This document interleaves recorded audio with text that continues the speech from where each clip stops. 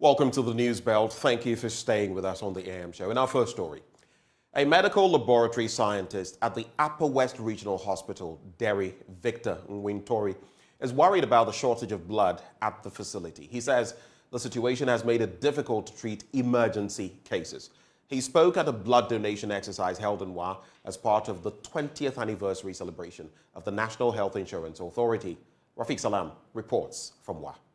According to a medical laboratory scientist at the Upper Regional Hospital, Derry Victor Nwintori, the regional hospital for some time now has a deficit in their blood bank. The number of persons who needs blood has outnumbered the blood available at the bank. We are running at a deficit. So what happens is that because we don't have blood in stock, people who comes and their relative come to donate. When there's an emergency, we give those blood out and then we ask the other relatives to also come and replace. We don't have blood in stock. So if there's an emergency, it's always a dying distance. Just as it is everywhere in the country, blood is very essential, but getting it is problematic. And to our side of the country, there are a lot of viral infections around. We have this Hep B, Hep C, which are very predominant in our settings. So many people comes willing to donate, but because of those viral infections, they are disqualified. And our women are always very willing to, but because of their menstrual cycle and then their hemoglobin level as the month goes by, they are also disqualified. So in actual fact, it is dying. We just need help.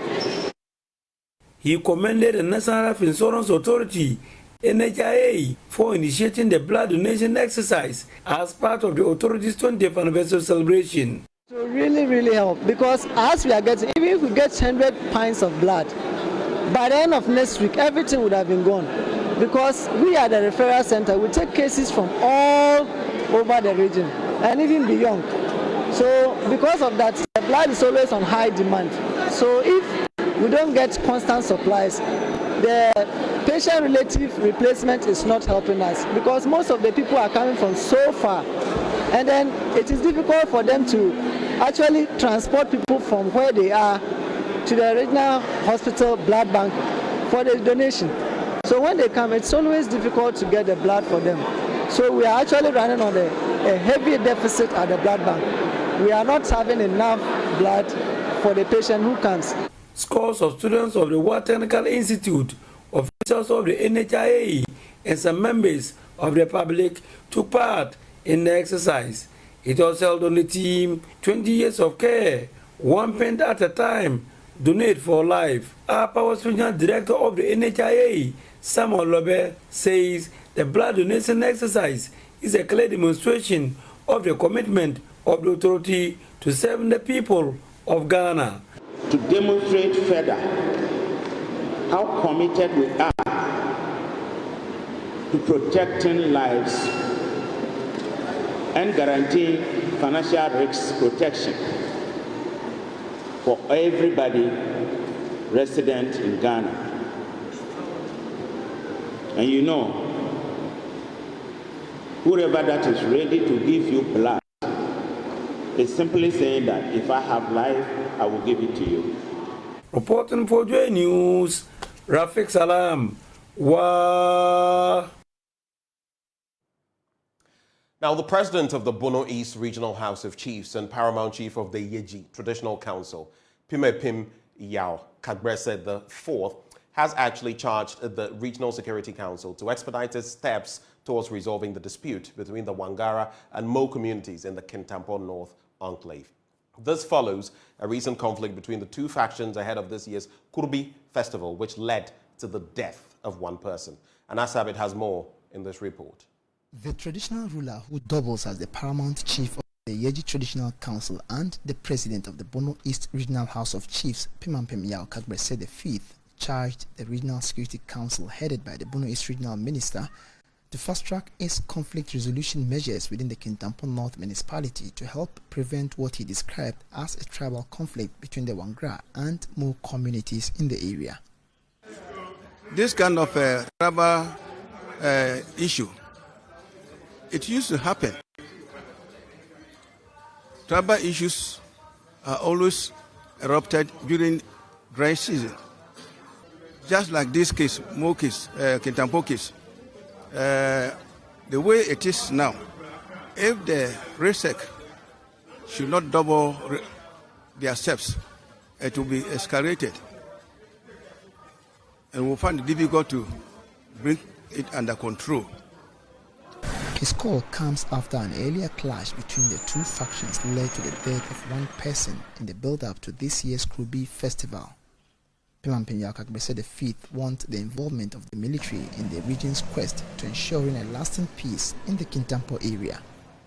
So if the REGSEC is trying to do it and they are facing challenges, they should try and then consult the military so that they will be added to police, so that the reinforcement will be able to control the issue of this issue. He further warned that the conflict has what it takes to spill to other parts of the region, noting that it goes beyond a mere chieftaincy dispute. So what we are seeing, we should not joke with it, because it can spread all over, not in Bono East alone. So conflict zone, especially conflict zone, Kintampo seems to be a conflict zone some time ago. So my advice is that the regional minister should rekindle his efforts to have this military, in addition to the police, to combat the situation. If not that, we will not find ourselves in a better situation. There is, however, a relative calm in the area, with security enhanced in the municipality ahead of the climax of the Krubi festival, which is slated to take place on the 26th of November this year. Anna Sabit, Joy News, Teaching. Now, next story. Magdan Aviation has been granted an official air operator certificate by the Ghana Civil Aviation Authority. Officials of the Ghana Civil Aviation Authority believe the granting of the AOC to the local operator will help the company expand in order to create substantial job opportunities. There's more in this report. The Ghana Civil Aviation Authority, GCAA, the regulatory body overseeing civil aviation activities in Ghana, on Tuesday, November 21, 2023, welcomed Magdan Aviation into the commercial airline sector by granting it the Air Operator Certificate, AOC. During the presentation ceremony, the Deputy Director General in charge of technical at the GCAA, Daniel Aqua, commended the Magdan Group for its unwavering dedication to excellence and significant contribution to the logistics industry. Magdan Aviation Limited is officially certified to operate as an airline, but it's doing charters, private charters. It's not a scheduled airline, but it's doing private charters. Magdan has a private jet as well as another business aircraft, which is a propeller, but its performance is as good as a jet aircraft.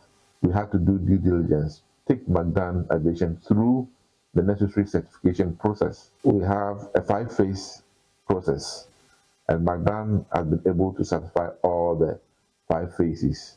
From today, Magdan can operate legally. In the past, there was some form of arrangements. Yeah, that is also allowed within the industry, but that doesn't make it a full Ghanaian airline. But from today, it's a full Ghanaian airline that can operate without any problem. In response to the license grant, Chief Executive Officer of the Magdan Group, Daniel Macaulay, conveyed his profound gratitude to the GCAA for its support and guidance throughout the certification process. He revealed that his company currently operates 3 jets from the terminal and pledged to introduce an additional 2 cargo planes in support of the Africa Continental Free Trade Area AFCFTA under the ongoing Guided Trade Initiative. Mr. Macaulay emphasized that the granted certification will significantly contribute to Ghana's economic development. Carlos Galoni, Joy News. Let's talk now about the Volta Regional Secretariat of the Urban Roads, which has commenced the implementation of a one-way scheme in the capital, Ho. The scheme, which was a component of the Sokode-Ho dual carriage road project, has seen 3 major roads converted into one-way traffic roads. Fred Kwame Asari reports from there.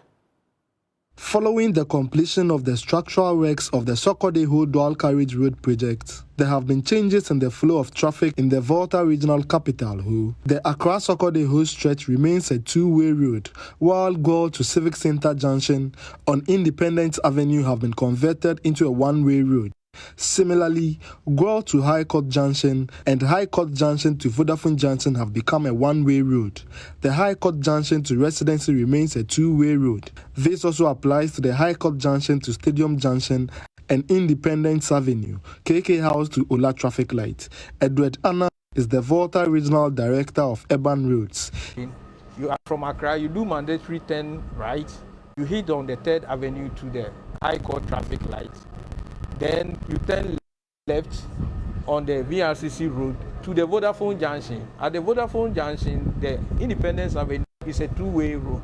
So you can either go to the KK House direction or to the left, the Civic Center direction.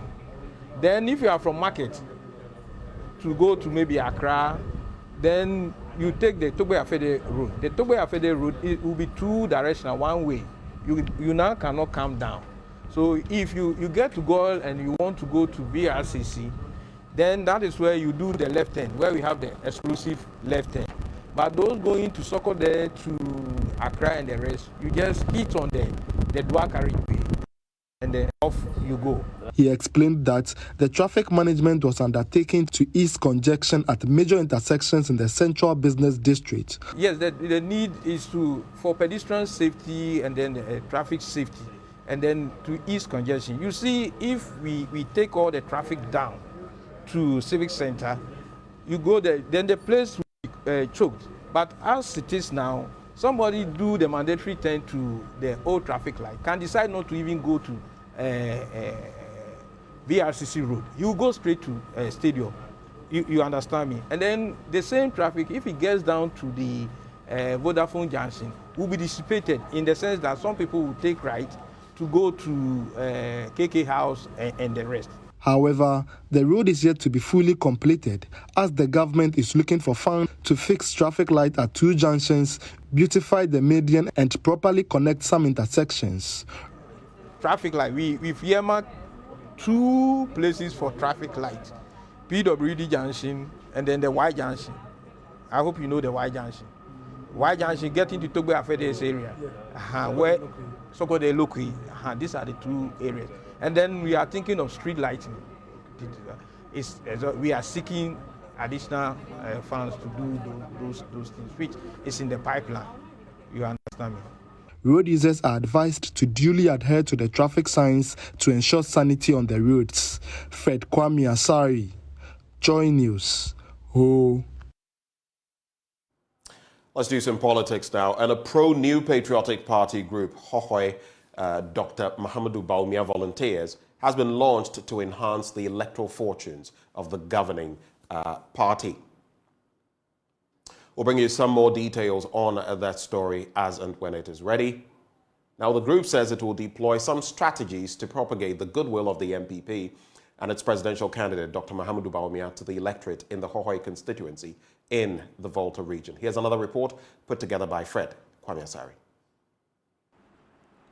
The general purpose of this group, Hohoi DMB Volunteers, is to support His Excellency Dr. Mahamudu Bawumia to become the next president of Ghana.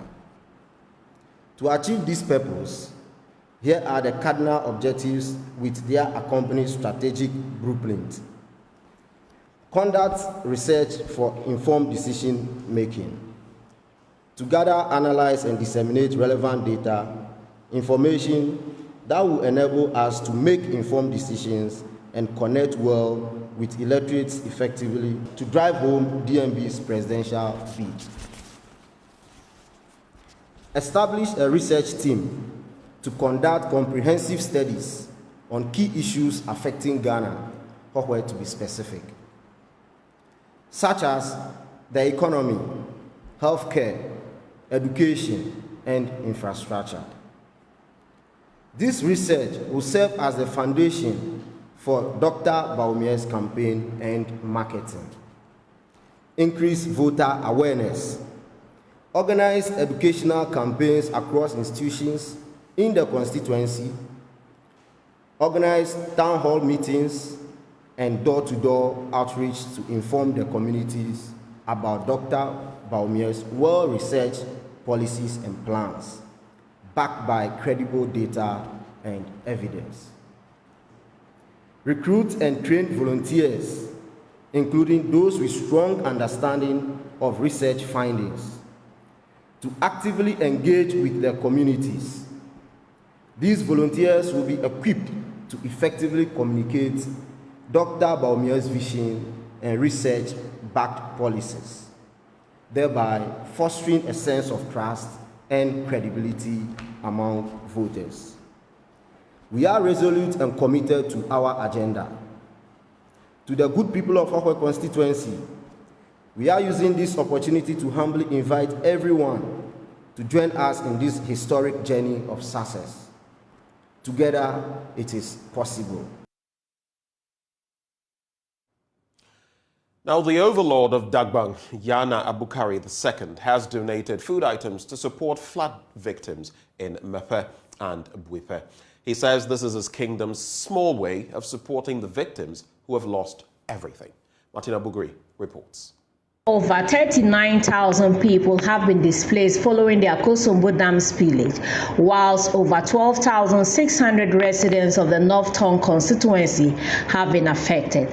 It is estimated that about 1,500 houses have totally been destroyed, whilst 53 schools have been affected. The donation, according to the overlord, is his widow's mite to support the victims.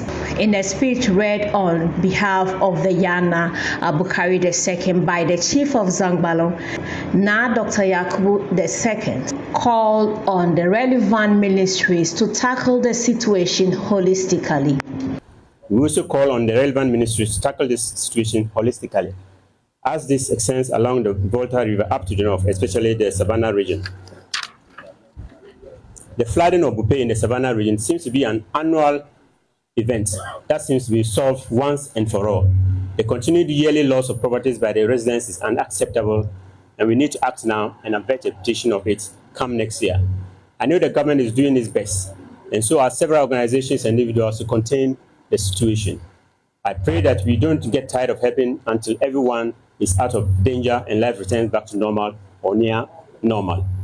My special commendation goes to you, Honorable Ablakwa, for your untiring support to your communities. Your reward is from the good Lord. The Member of Parliament for North Tongue, Samuel Okujaso Ablakwa, who received the items on behalf of the people, said they were touched by the kind gesture of the overlord.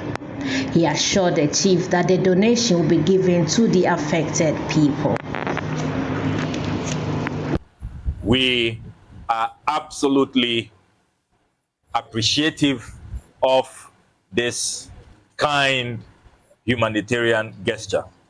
We also want to use this opportunity to assure His Royal Majesty that the items that he has put together, these relief items, will go directly to the beneficiaries. We give him fullest assurances. There will be no diversion. There will be no hoarding.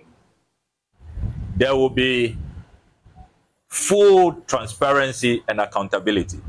Togbe Azagla IV, who was part of the delegation, said they would continue to advocate for support and would also put in strategies to ensure that when support is withdrawn, they will be able to handle the situation.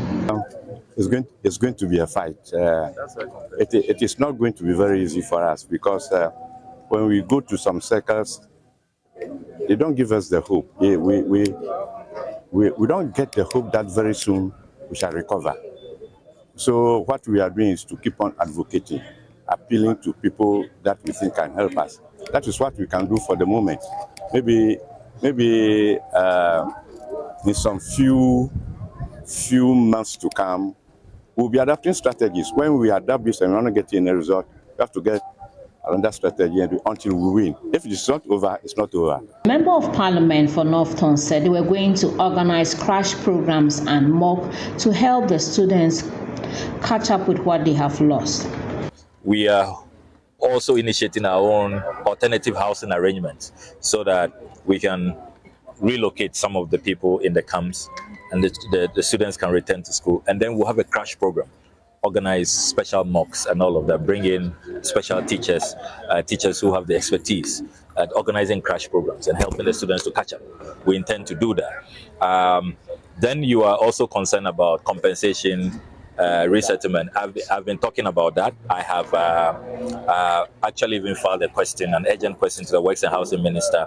He said it was crucial for government to take advantage of data available and replace people's certificates and other valuables that were lost.